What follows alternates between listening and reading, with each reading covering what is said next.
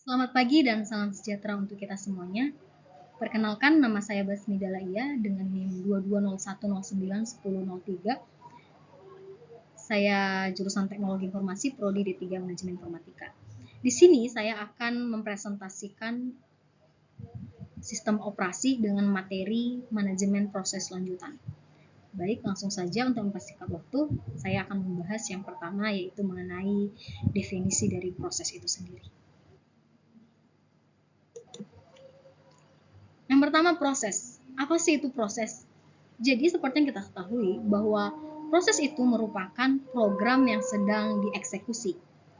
Dan proses ini merupakan unit terkecil yang memiliki sumber daya yang dijadwalkan oleh sistem operasi itu sendiri. Dan proses ini merupakan konsep pokok dalam sistem operasi. Selanjutnya adalah konsep dasar dari manajemen proses.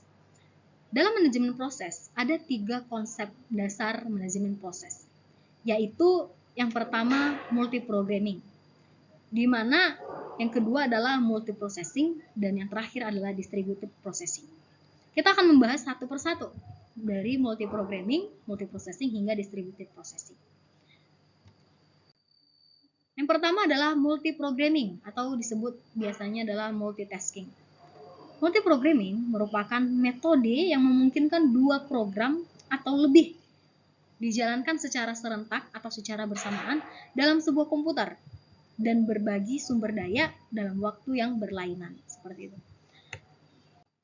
Selanjutnya adalah multiprocessing. Multiprocessing merupakan kemampuan sistem operasi yang menjalankan 2 atau lebih instruksi secara serentak dengan menggunakan sejumlah CPU dalam sebuah komputer. Adapun sistem operasi yang telah menyediakan multiprocessing yaitu contohnya Microsoft Windows, Unix, dan juga Linux. Selanjutnya adalah distributed processing.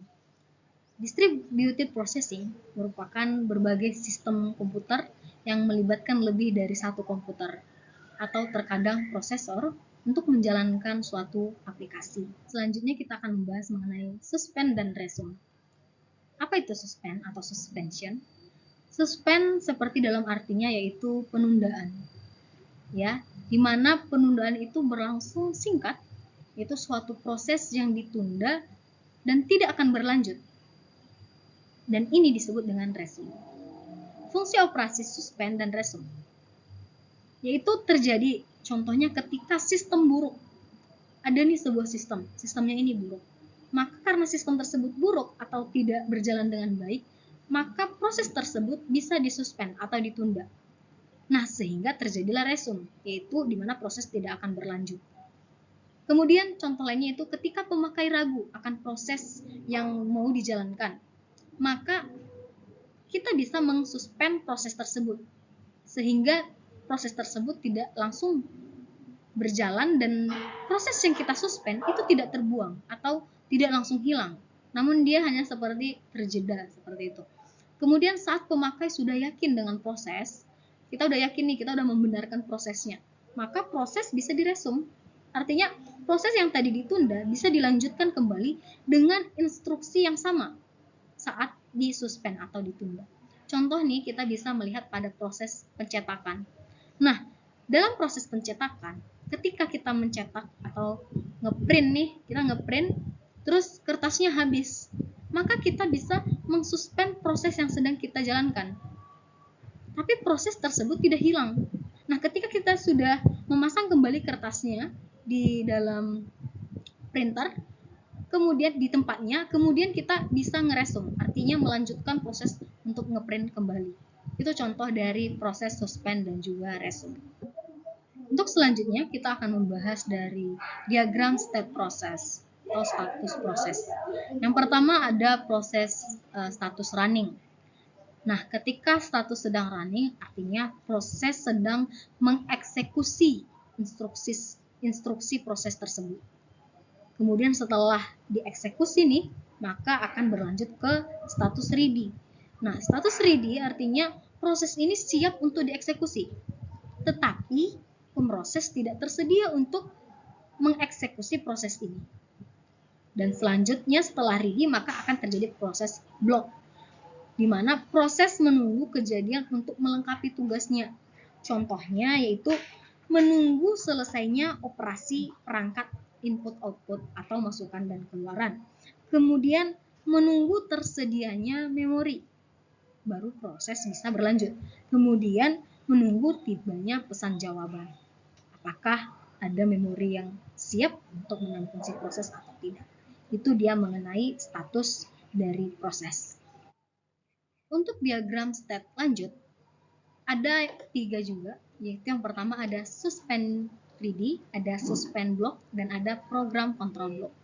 Yang pertama, suspend 3D. Apa itu suspend 3D? Suspend 3D adalah terjadinya suspend atau penundaan pada proses 3D oleh proses lain.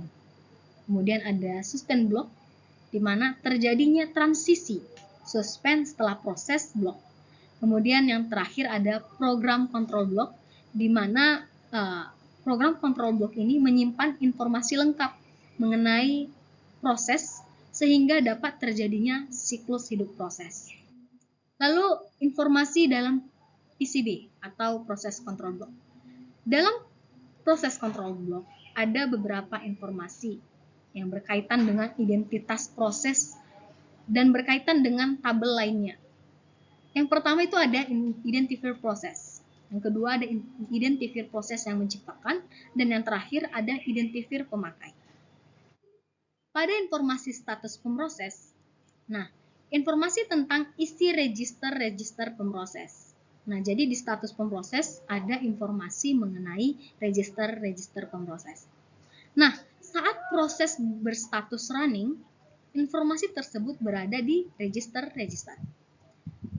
Dan ketika proses diinterupsi, semua informasi register harus disimpan. Nah, jumlah dan jenis register yang terlibat tergantung dengan arsitektur komputer tersebut. Kemudian informasi status terdiri dari yang pertama ada register yang terlihat oleh pemakai, kemudian ada register kendali dan status, dan ada point stack, di mana ini menunjukkan posisi paling atas dari stack tersebut. Kita akan membahas pertama informasi kendali proses. Informasi kendali proses yaitu mengendalikan dan mengkoordinasikan beragam proses aktif, di mana ini terdiri dari informasi penjadwalan dan status yang digunakan untuk menjalankan fungsi penjadwalan. Yaitu antara lain yang pertama ada status proses yaitu running, ready, dan block, kemudian ada prioritas, kemudian ada lama menunggu, dan lama proses dan terakhir dieksekusi, kemudian ada kejadian. Lalu ada penstrukturan data atau proses control block harus memiliki pointer. Kemudian ada komunikasi antar proses dan ada manajemen memori, serta yang terakhir ada kepemilikan dan utilisasi sumber daya. Operasi-operasi pada proses. Untuk operasi-operasi pada proses, ada beberapa operasi yang terjadi di dalamnya. Yang pertama ada yang namanya penciptaan proses. Kemudian ada penghancuran atau terminasi proses. Lalu ada penundaan proses. Lalu ada pelanjutan kembali proses, pengubahan prioritas proses, memblok proses, membangunkan proses, menjadwalkan proses, memungkinkan proses berkomunikasi dengan proses lainnya. Kita akan membahas satu persatu. Yang pertama, penciptaan proses. Di mana penciptaan proses ini melibatkan banyak sekali aktivitas. Yang pertama, dia memberi identitas proses. Kemudian dia menyisipkan proses pada senarai atau tabel proses. Lalu menentukan prioritas mana yang terlebih dahulu untuk kita proses. Lalu dia menciptakan PCB atau proses control block. Lalu mengalokasikan sumber daya awal bagi proses tersebut. Yang kedua, kita akan membahas mengenai penghancuran proses.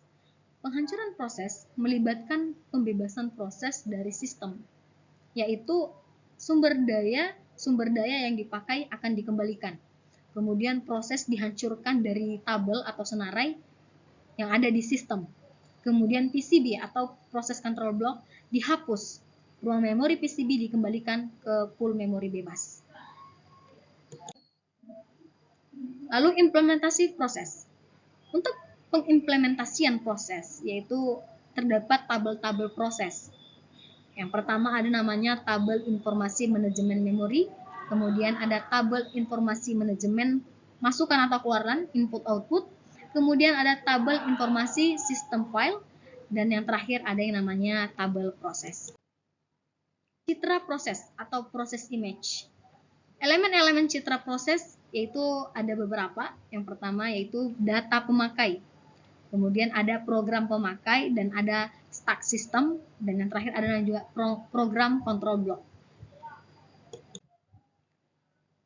Kita akan bahas mengenai proses control block. Di dalam proses control block, sistem operasi memiliki banyak sekali informasi.